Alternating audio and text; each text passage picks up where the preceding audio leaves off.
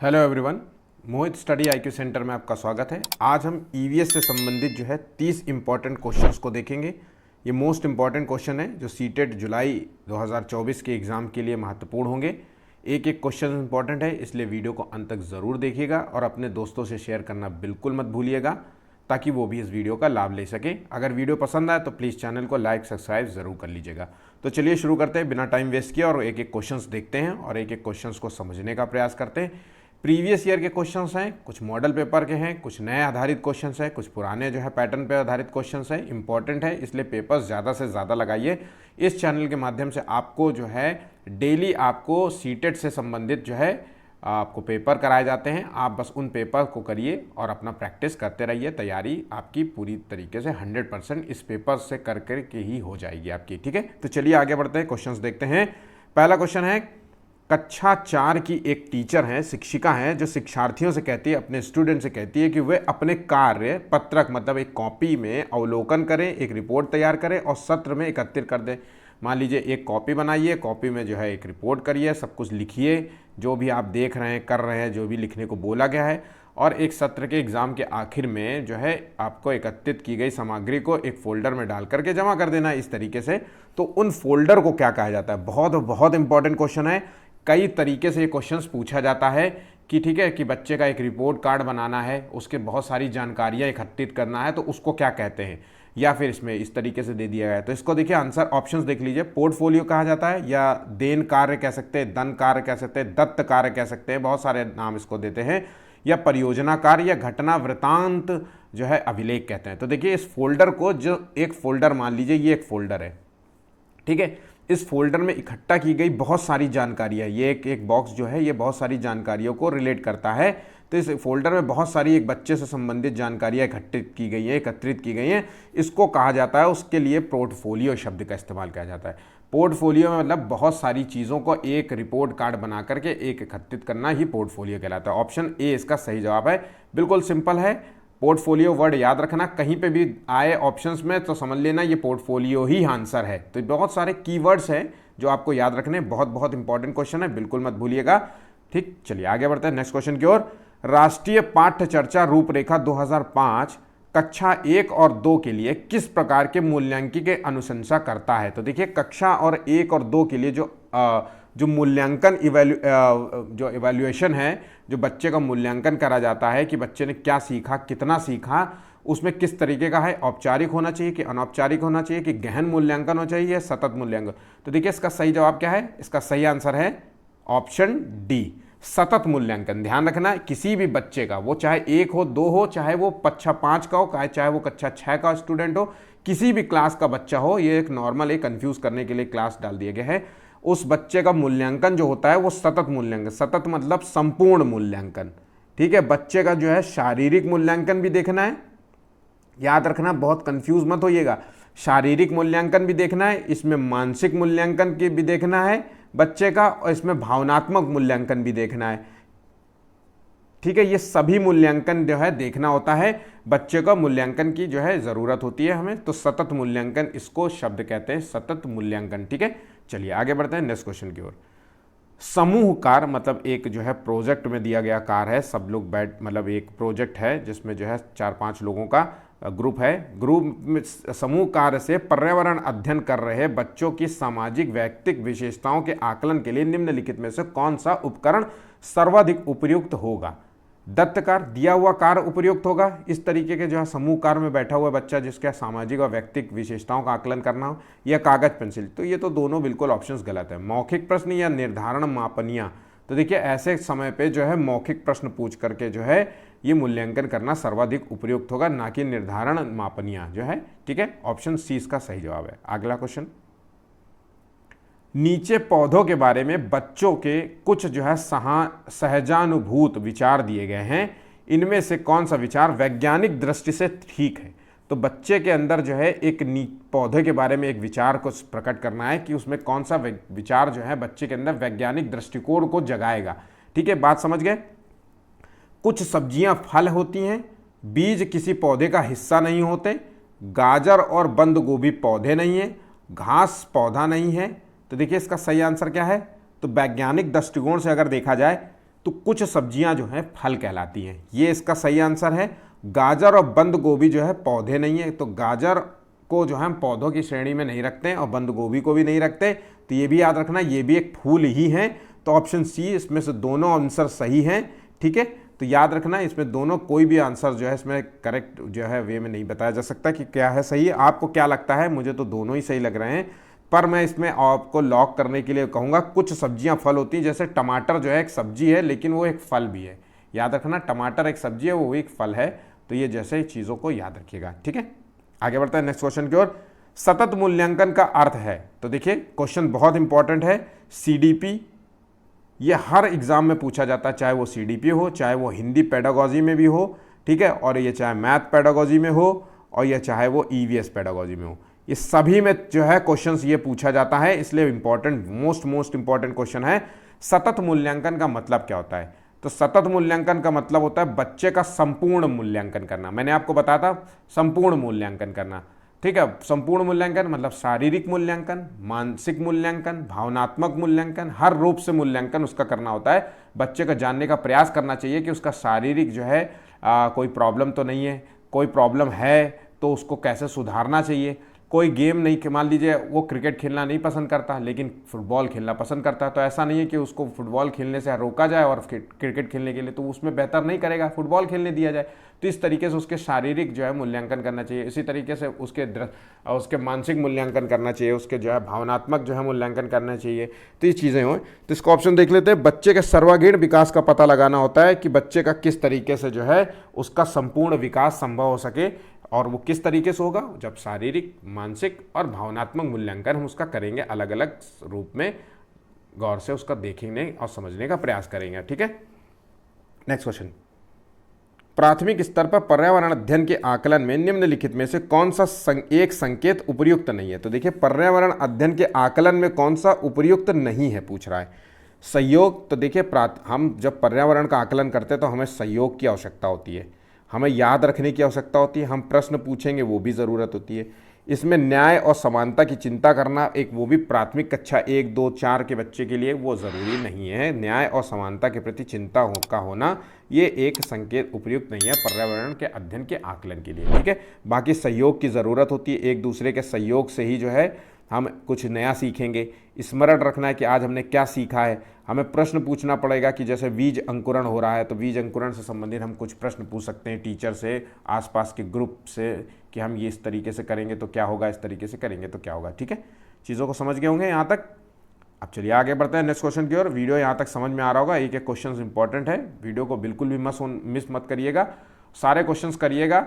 और सारे क्वेश्चंस करने के बाद जो है अगर कुछ क्वेश्चंस नहीं आते, कुछ क्वेश्चंस के फैक्ट्स आपको नहीं पता, तो जो बता रहा हूँ उसको आप एक कॉपी पेन में नोट करके लिख लीजिए। ठीक है, चलिए आगे बढ़ते हैं। प्राथमिक स्तर पर पर्यावरण अध्ययन के रचनात्मक आकलन को डैश शामिल नहीं करता है। तो रचनात्मक आकलन का मतलब डैश को शामिल नहीं करता, किस चीज़ को? तो पर्यावरण अध्ययन में रचनात्मक आकलन का क्या रोल है? शिक्षार्थियों के अधिगम की पहचान करना, ये शामिल नहीं करता, या कमियों को पहचान करना, या सीखने को बढ़ाना। तो देखिए, रचनात्मक आकलन का मतलब है क्रिएटिव जो है। ठीक है, तो बच्चे के अंदर कितना क्रिएटिविटी है इस चीज़ का आकलन करना है। तो ये क्रिएटिविटी का आकलन जब हम करते हैं तो हम बच्चे के अंदर कहीं ना कहीं अधिगम की पहचान करते हैं। अधिगम का मतलब है लर्निंग स्किल्स को देखते हैं कि बच्चा कितना सीख रहा है ना, कितना सीख रहा है, उसके अंदर कितना जो है सीखने के प्रति रुचि है। ठीक है, उसकी कमियों को पहचान करते हैं। जब हम उसकी क्रिएटिविटी की पहचान करेंगे, आकलन करेंगे, तो हम देखेंगे उसके अंदर क्या क्रिएटिविटी है, क्या कमी है, अब उसको सुधारने का भी प्रयास करेंगे। सीखने को बढ़ावा देते हैं कि उसको और वो कुछ बेहतर सीखेगा। जबकि ना इससे जो है रचनात्मक आकलन का यूज़ जो है ग्रेडिंग नापने में या रैंकिंग में 1, 2, 3 में जो है ये इसका प्रयोग नहीं किया जाता, इसको शामिल नहीं किया जाता। ऑप्शन डी इसका गलत है। ठीक है, नेक्स्ट क्वेश्चन। कक्षा 5 की एनसीईआरटी के पर्यावरण अध्ययन को पाठ्य पुस्तक में प्रत्येक पाठ के अंत में एक खंड को शामिल किया गया है। हम क्या समझे, ये एक खंड है जिसको इन्होंने शामिल किया है कि हम क्या समझे, और यह सुझाव दिया गया है कि इस खंड में शामिल प्रश्नों के उत्तर का सही व गलत रूप में आकलन नहीं किया जा सकता। ठीक है, इस खंड में शामिल प्रश्नों के उत्तर का सही और गलत के रूप में आकलन नहीं किया जा सकता।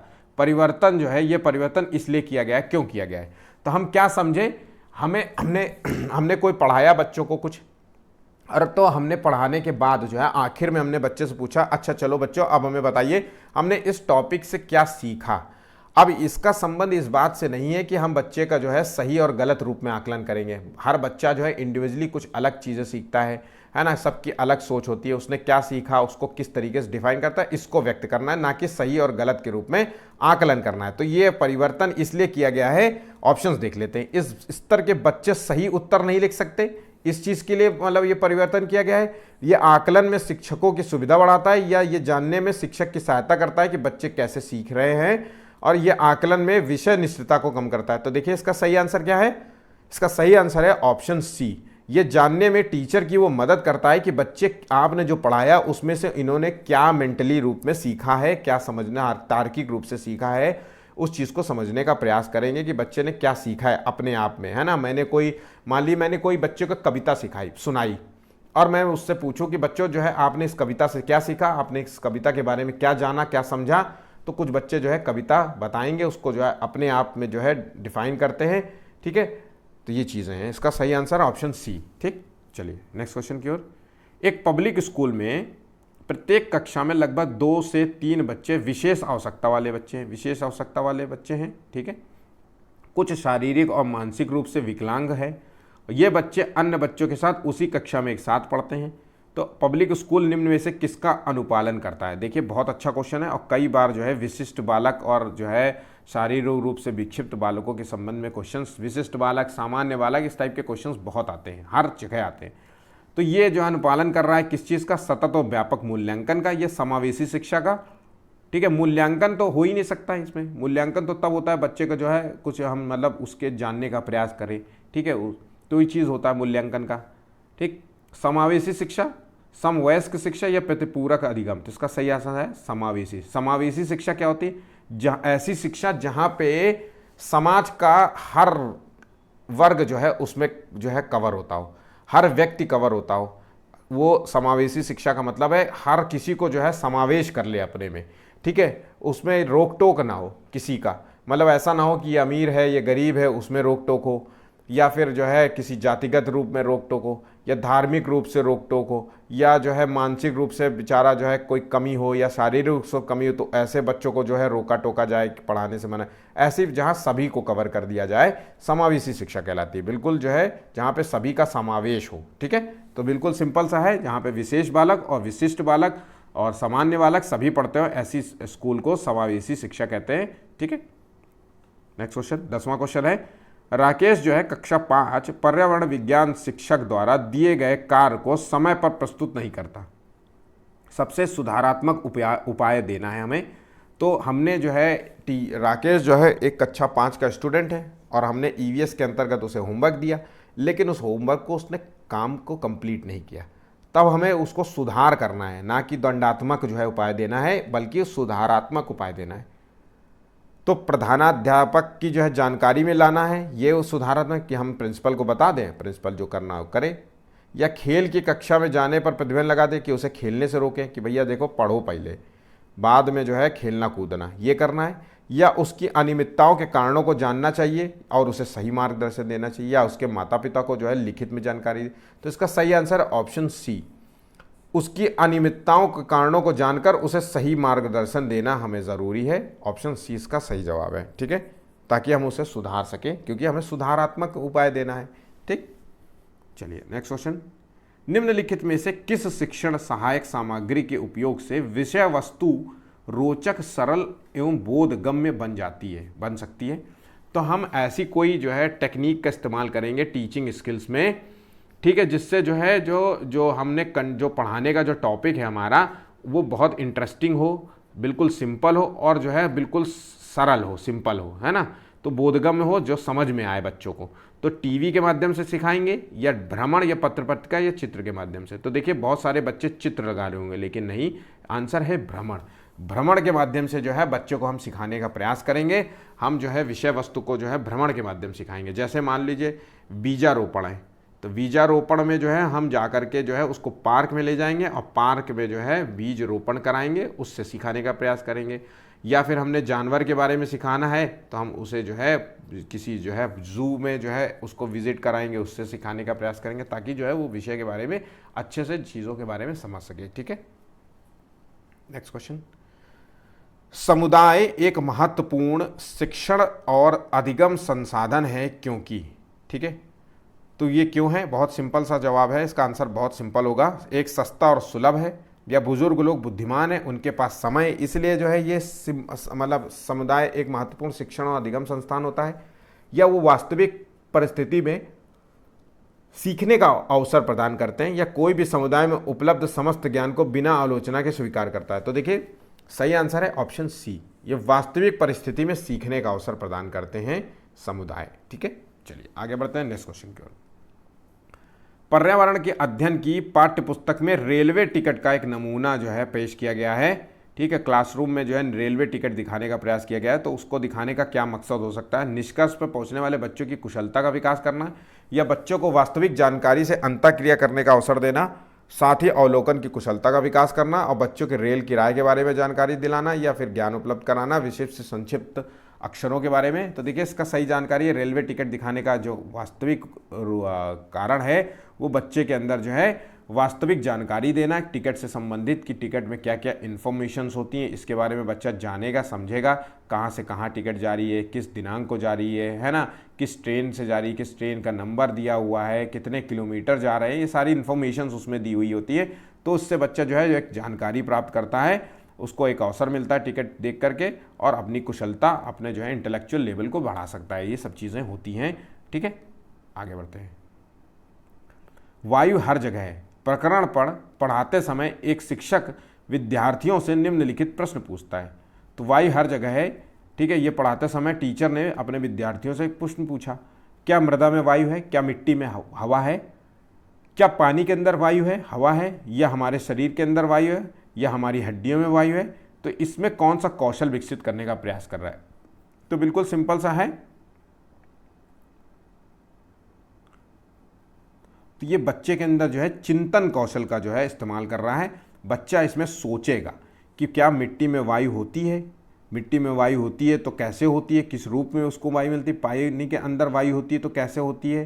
ठीक है, हम सांस नहीं ले पाते पानी के अंदर, और लेकिन पानी के अंदर मछली जो है ना सांस ले लेती है, तो फिश कैसे सांस ले लेती है? तो इसका मतलब है कि वायु है, और हम नहीं सांस लेते, इसका मतलब वायु नहीं है। तो इस सब चीज़ों के बारे में सोचेगा, है ना।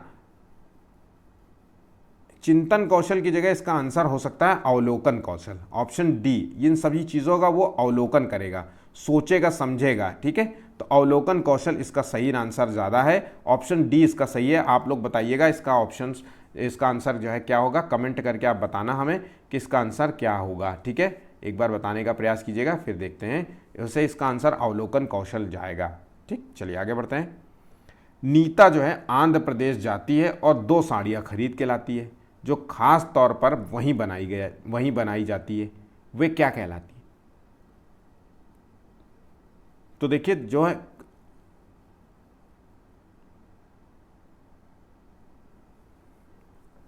आंध्र प्रदेश में जो साड़ी खरीदी गई है उसको पोचमपल्ली और कलमकारी कहते हैं। याद रखना, पोचमपल्ली और कलमकारी साड़ी का नाम है, ये नाम दिया गया है। बहुत बहुत इंपॉर्टेंट क्वेश्चन है, कई बार सीटेट के एग्जाम में ये क्वेश्चन पूछा गया है। ठीक है, याद रखना, वन प्रोडक्ट वन जो है डिस्ट्रिक्ट वाले जो प्रोडक्ट्स हैं उनके बारे में एक बार ज़रूर देख लेना कि किस स्टेट की क्या जो है खूबी है, किस स्टेट में क्या चीज़ें जो है प्रसिद्ध हैं, इस चीज़ें के बारे में ज़रूर से ज़रूर जान लीजिएगा। चलिए आगे बढ़ते हैं। मधुबनी चित्रों को बनाने के लिए चित्रकारों द्वारा उपयोग किए जाने वाले रंग होते। तो कई बार आपने मधुबनी जो है चित्र देखे होंगे, ये बिहार जो है, बिहार के आसपास जो है यहाँ पे जो है आपको ये चित्रकारी मिलती है, और इसमें यूज़ किए गए जो है कलर्स होते हैं वो आर्टिफिशियल ना होकर के प्राकृतिक रंगों का इस्तेमाल किया जाता है। प्राकृतिक रंग मतलब फूल जो हो गए उनके रंगों का इस्तेमाल किया जाता है, या पिसे हुए चावल में रंगीन घोल मिला करके बनाए जाते हैं। तो इसका सही आंसर है ऑप्शन बी, मधुबनी चित्रों में पिसे हुए चावल को रंगीन कलर मिला करके उससे जो है ये चित्रकारी बनाई जाती है। बहुत बहुत जो है इम्पॉर्टेंट है ये मधुबनी चित्र, इसको जो है भारत में GI टैग भी इसको मिला हुआ है। ठीक है, चलिए आगे बढ़ते हैं। स्थानों, दूरियों और दिशाओं की सापेक्ष स्थिति को समझने की क्षमता कहलाती है। देखिए बिल्कुल स्थान, दूरी और दिशा के बारे में जानकारी जो है आपके क्षमता होती है, वो दिशात्मक नहीं, नियंत्रण नहीं,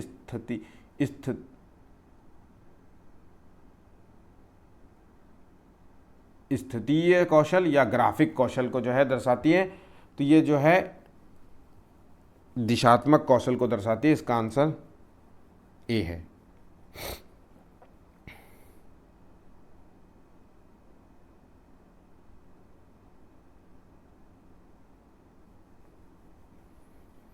नेक्स्ट क्वेश्चन, क्या अपने घर या स्कूल के आसपास जानवर देखें? क्या आपने अपने घर या स्कूल के आसपास जानवर देखें जिनके छोटे बच्चे हैं? अपनी नोटबुक में उनके नाम बताने हैं। तो ये किस तरीके का जो है प्रक्रमण कौशल का आकलन किया जा रहा है? तो देखिए आप जब स्कूल से घर जाते हैं, ठीक है, स्कूल से आप घर जा रहे हैं,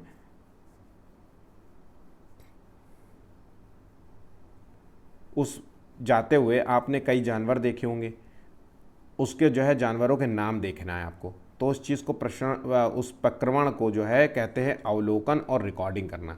आप पहले अवलोकन करिए कि कौन कौन से जानवर थे, फिर उसकी रिकॉर्ड करिए, मतलब उसको कॉपी पेन यूज़ करके जो है कॉपी में लिखिए कि हमने कौन कौन सा जानवर देखा है। तो उसको अवलोकन और रिकॉर्डिंग करते हैं, चर्चा नहीं करना कहते, प्रयोग करना, सरोकार, ये सब ऑप्शंस गलत हैं। इसका सही आंसर है ऑप्शन ए। यदि हम पक्षियों का अवलोकन करते हैं, अगर हम पक्षियों के बारे में बात करें तो हम पाते हैं कि अधिकांश पक्षी जो है अपनी गर्दन अत्यधिक हिलाते हैं। इसका क्या कारण होता है? तो बिल्कुल बहुत इंपॉर्टेंट क्वेश्चन है, बहुत बार पूछा गया है। तो जो पक्षी जो है गर्दन अत्यधिक हिलाते हैं, इसका कारण है कि उनकी जो आँख है वो घूम नहीं सकती, इसलिए वो बार बार जो है अपनी जो है गला घुमाते रहते हैं। तो देखिए इसका सही आंसर क्या है? अधिकांश पक्षियों के नेत्र जो है स्थिर होते हैं और वो घूम नहीं सकते, यही इसका आंसर है। बिल्कुल सिंपल है, कई बार क्वेश्चंस किया गया है ये इस चैनल के माध्यम से और बहुत बहुत इंपॉर्टेंट है, इस बार आने के चांसेस हैं इस क्वेश्चन के। रेगिस्तानी ओक के बारे में बिल्कुल सिंपल सा है। रेगिस्तानी ओक कहाँ पाया जाता है, बस आपको इतना याद रखना है, बाकी कहानियाँ सब ऐसे ही है।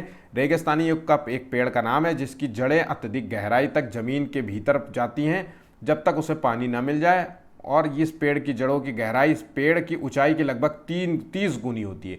मान लीजिए कि 10 फुट का पेड़ है, जो कि अमूमन होता ही है, 10 से 30 फुट का पेड़ होता है, उससे 30 मतलब 300 फुट नीचे इसकी जड़ें आपको मिलेंगी।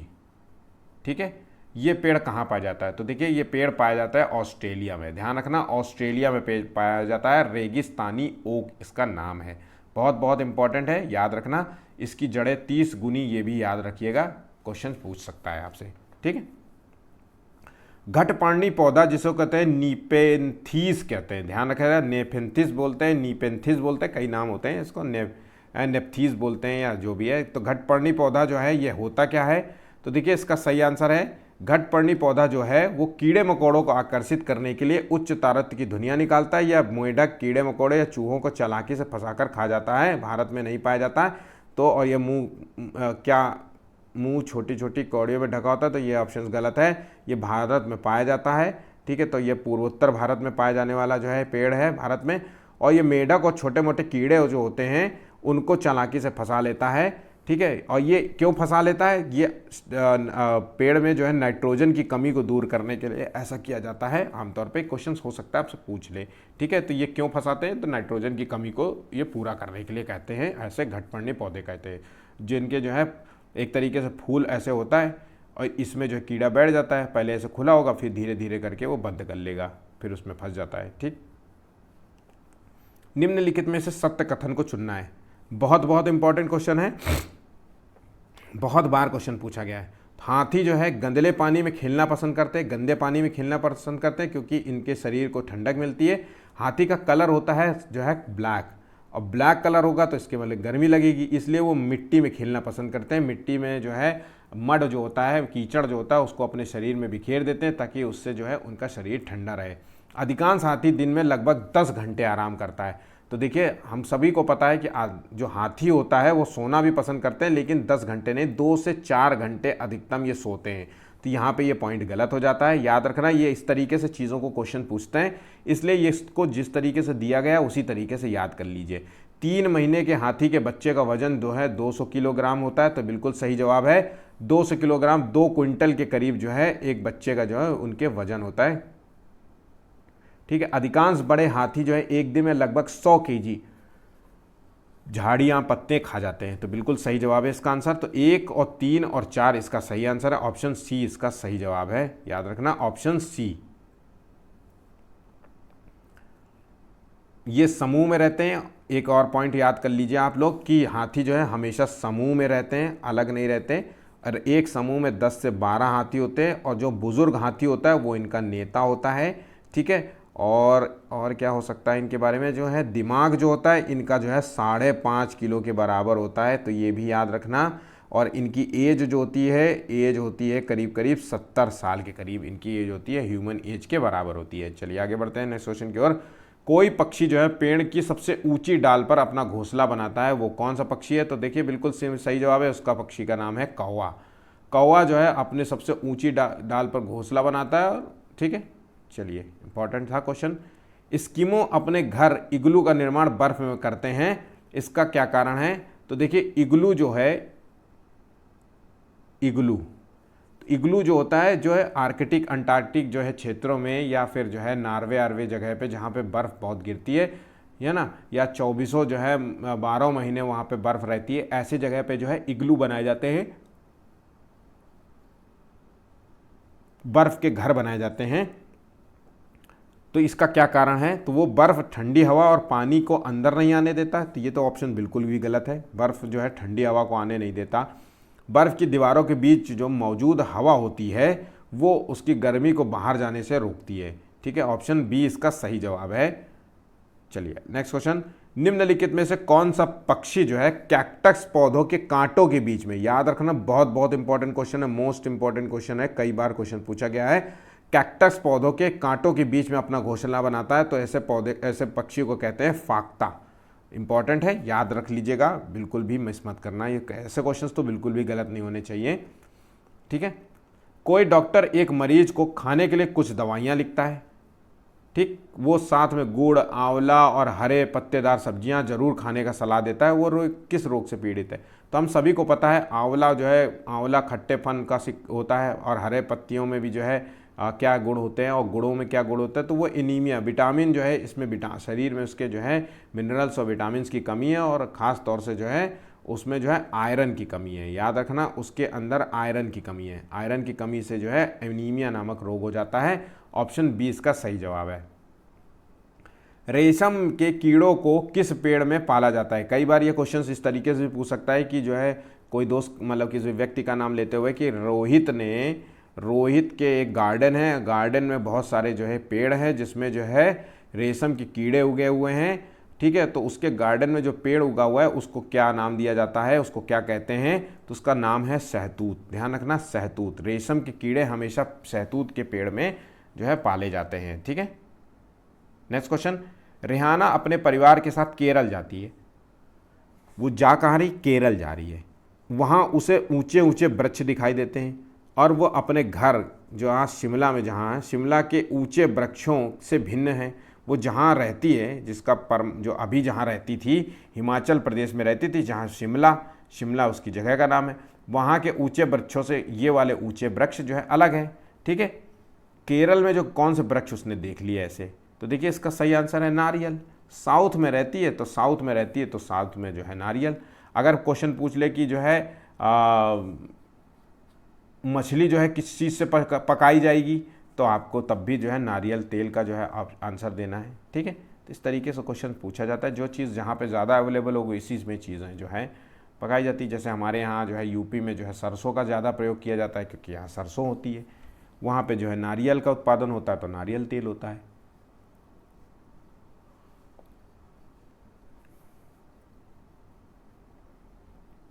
ब्रेल लिपि में मोटे कागज पर उभरे हुए बिंदु बने होते हैं, ये लिपि कितने बिंदुओं पर आधारित होती है? तो इसका सही आंसर है 6 बिंदुओं पर आधारित होती है। ब्रेल लिपि में मोटे मोटे जो है कागज पर जो बिंदु उभरे रहते हैं वो 6 बिंदुओं पर आधारित होती है। उसमें 6 डॉट्स होते हैं केवल, 1 2 3 4 5 6। ठीक है, इसी पे सारा जो है अक्षर टिके होते हैं। इसी को जो है छू छू करके बच्चा समझता है कि कौन सा वर्ड क्या लिखा गया है। ठीक है, बगुला भैंस पर बैठता है क्योंकि, इसका क्या कारण है? मोस्ट इंपॉर्टेंट क्वेश्चन है, बिल्कुल छोटा सा है लेकिन कई बार क्वेश्चन पूछता है और इनफैक्ट जो है हर 1-2 साल में ये क्वेश्चन पूछा ही जाता है। तो बगुला जो है भैंस की पीठ पर बैठने का क्या कारण होता है? तो भैंस की पीठ पे बैठने का एक ही कारण होता है, क्योंकि भैंस की पीठ पे जो है बहुत छोटे छोटे कीड़े होते हैं। बगुला उस कीड़ों को जो है खाने के लिए उसकी पीठ पे बैठ जाता है। तो ये सहजीवी का संबंध है, बगुला और भैंस के बीच में सहजीविता। सहजीवी का मतलब है एक दूसरे को फायदा पहुंचाना, बिना कोई नुकसान पहुंचाए एक दूसरे को। इसमें क्या है, बगुला का पेट भर रहा है, भैंस के जो है पीठ में जो कीड़े होते हैं उसको खा करके उसकी पीठ में जो है कीड़े की वजह से जो उसको खुजली और इरिटेशन होती होगी उसको कम हो जाता है। तो ये सहजीविता का संबंध कहलाता है, बगुला और भैंस में सहजीवी का संबंध है। ठीक है, ऑप्शन सी इसका सही जवाब है। सारे क्वेश्चन 30 इंपॉर्टेंट क्वेश्चन थे वो समाप्त होते हैं। प्लीज़ चैनल को लाइक और सब्सक्राइब करना बिल्कुल मत भूलिएगा। ज़रूर से ज़रूर जो है मतलब यार प्लीज़ लाइक और सब्सक्राइब ज़रूर कर दिया करिए। मेहनत लगती है, वीडियोस आपके लिए डेली हम क्वेश्चंस छांट करके लाते हैं। डेली कोशिश करते हैं कि अच्छा से अच्छा जो है बेहतर वीडियो बना सके। आपके एग्ज़ाम्स के लिए तो बहुत महत्वपूर्ण है ये सभी पेपर्स, इसलिए जो है एक मेरी प्लेलिस्ट में जाइए, आप सारे का सारा आपको जो है मटेरियल वहाँ पे फ्री ऑफ कॉस्ट मिलेगा। ठीक है, तो उस चीज़ को ज़रूर से ज़रूर देखिएगा। वीडियो देखने के लिए यहाँ तक शुक्रिया।